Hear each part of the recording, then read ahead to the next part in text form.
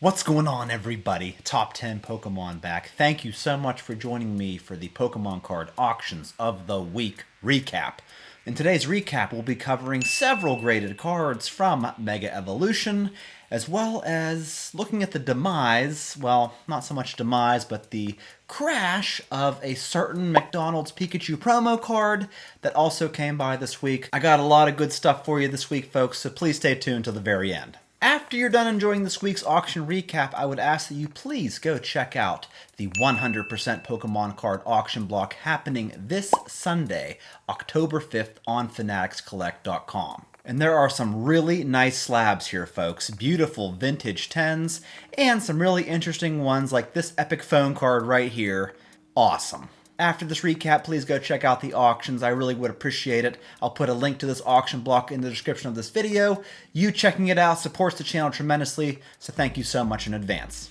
Alright, let's get into this week's auction recap, starting off with some special illustration rare cards from Mega Evolution in PSA 10 that came by. Here is the Mega Venusaur EX that sold as a PSA 10 for $680.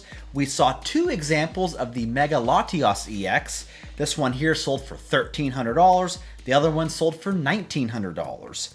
And then here we have the Mega Lucario EX, one of my favorites in this set, that sold for $2,260.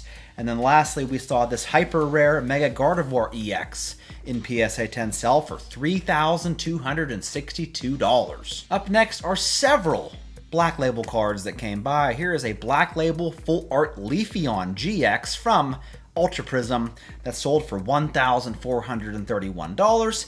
Here from Silver Tempest is this Black Label Rayquaza VMAX that sold for $1,425. And then, the best card from Crown Zenith as a Black Label, the Mewtwo V-Star, sold for $4,150. And then here we have a Black Label Japanese Mewtwo EX Full Art card from Blue Shock, I believe, yes, sold for $3,205, along with this other Mewtwo EX that sold for $4,105. We saw a bunch of Black Label Zards come by. Here is the Charizard VMAX from Darkness Ablaze that sold for $1,400. The Charizard VMAX from Champion's Path sold for $2,158, and the Charizard VMAX from Shining Fates sold this week for $3,099. We also saw this Charizard GX from Hidden Fates sell as a Black Label for an even $5K. Up next, a couple of more insane Japanese Black Label cards. Here's a Mega Charizard EX, sold for $4,250. And then we have this Ueyama's Pikachu as a BGS 10 Black Label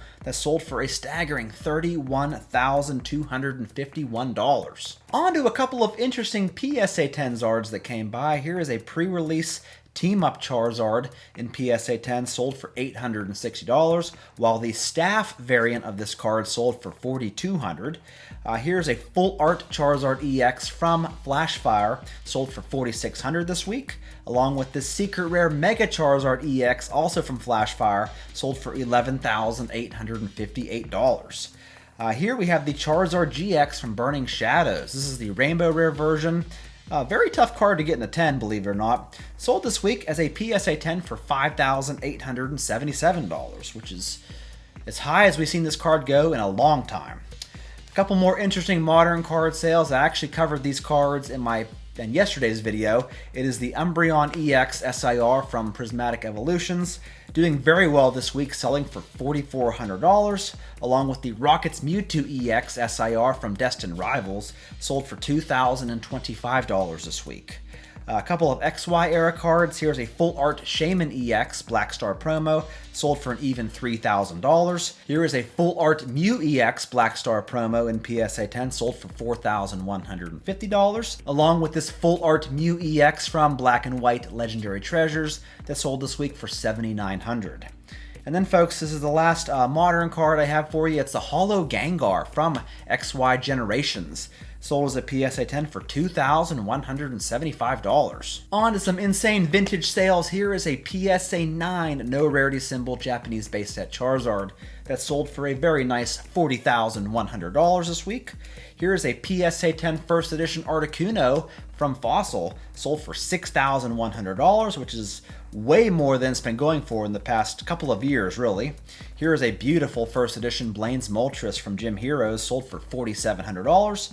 Here is a CGC-10 Pristine Japanese Shining Gyarados that sold for $12,605. And what's crazy, folks, is that the black label copy of this card sold last week for $90,000.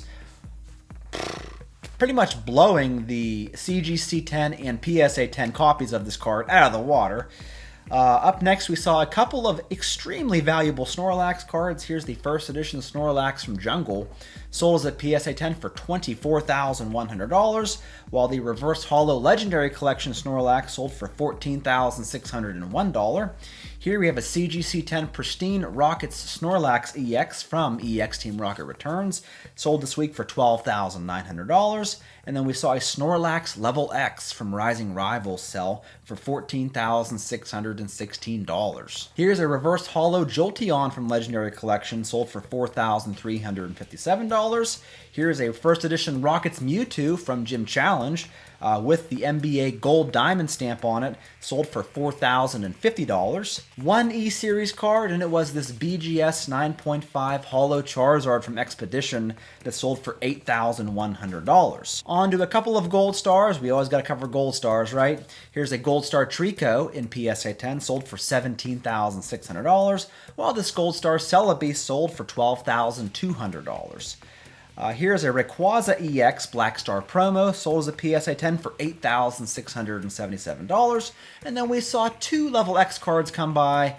Not very popular ones, but here they are. It's the Heatran Level X, sold for $2,130. And this Floatzel Level X sold for $2,392. Not the most popular Pokemon. Here we have the Mew Prime from Heart Gold Soul Silver Triumphant, sold for $4,986. And then we saw a couple of cards from Call of Legends. Here's a Holo Jirachi that sold for $1,075. A Reverse Holo Lugia here sold for $2,227. And this Umbreon Reverse Holo sold for $2,616. And then on to a couple of pieces of sealed product here. We have a pile, literally a pile of Japanese 151 boxes, 70 boxes total that sold for $11,100. Here's a Team Up booster box sold this week for $8,300. Here is a Platinum base booster box that sold for $8,807. Here we have a base set first edition blister pack that sold for $7,818. And then lastly, we have this autographed base set unlimited booster box. Looks like it was autographed by Arita that sold for $23,285 US. And I'm not sure if the autograph made this box worth more or less or didn't affect it at all, but there you go. On to the Fanatics Collect weekly auction block. We saw two copies of this Rockets Mewtwo EX in PSA 10. Here's one that sold for $9,600, another one that sold for $9,600. But wait, this one here has an old cert number on it, and this other one here has a pretty darn new cert number on it. I mean, isn't it that the new certs are supposed to blow the old certs out of the water in terms of value? Isn't it? Here is a PSA 10 Zekrom from Black and White Legendary Treasures that sold for $7,800. Here is a Holo Gardevoir from Ruby and Sapphire, sold for $7,500 this week. Here is a Black Star promo Mew from the WotC era in PSA 10, sold for $6,600. Here is an unlimited Dark Gengar from Neo Destiny, sold for $6,000. I had to do a double take when I saw the price of this. This is not the first edition copy, folks, but the unlimited variant, selling for $6,000. Very impressive. Here's another Charizard Level X, sold this week for $9,300. Here's a Reverse Holo Dragonite from EX Team Rocket Returns, sold for $10,200. Here is the first edition PSA 10 base set Zapdos that sold for $12,000. And I think it's like Zapdos and Poliwrath are going to be your probably your cheapest first edition base set holos, and if they still go for 5 figures, which is crazy. Here's a first edition Shining Mewtwo from Neo Destiny that sold for $12,600. Here's a Charizard EX from Fire Red Leaf Green, sold for an even $15,000. Along with this base 2 Charizard in PSA 10. a very low Pop Zard, sold for $16,200. And then lastly, we saw the PSA 10 First Edition base set Alakazam Holo sell for $25,800 this week. And the auction of the week we got to give to this Black Label 2025 McDonald's Pikachu promo card. Now, folks, 2 weeks ago, this card sold in auction for $21,100, and this was a confirmed paid for sale. This week, however, 2 weeks later, not so fortunate, as we saw a sale of this card for $10,988, about half the price it was just 2 weeks ago. And we saw another auction where it didn't even sell, it didn't even meet the reserve price, ending at $11,700, so this card would have had to have been relisted. So yeah, there you go, folks. What do you think of this BurgerChu being half the amount as a Black Label nowadays? Let me know in the comments below. I look forward to hearing from you. That's all I got for you today. Thank you so much for watching. I really appreciate it, and I will catch you in my next one.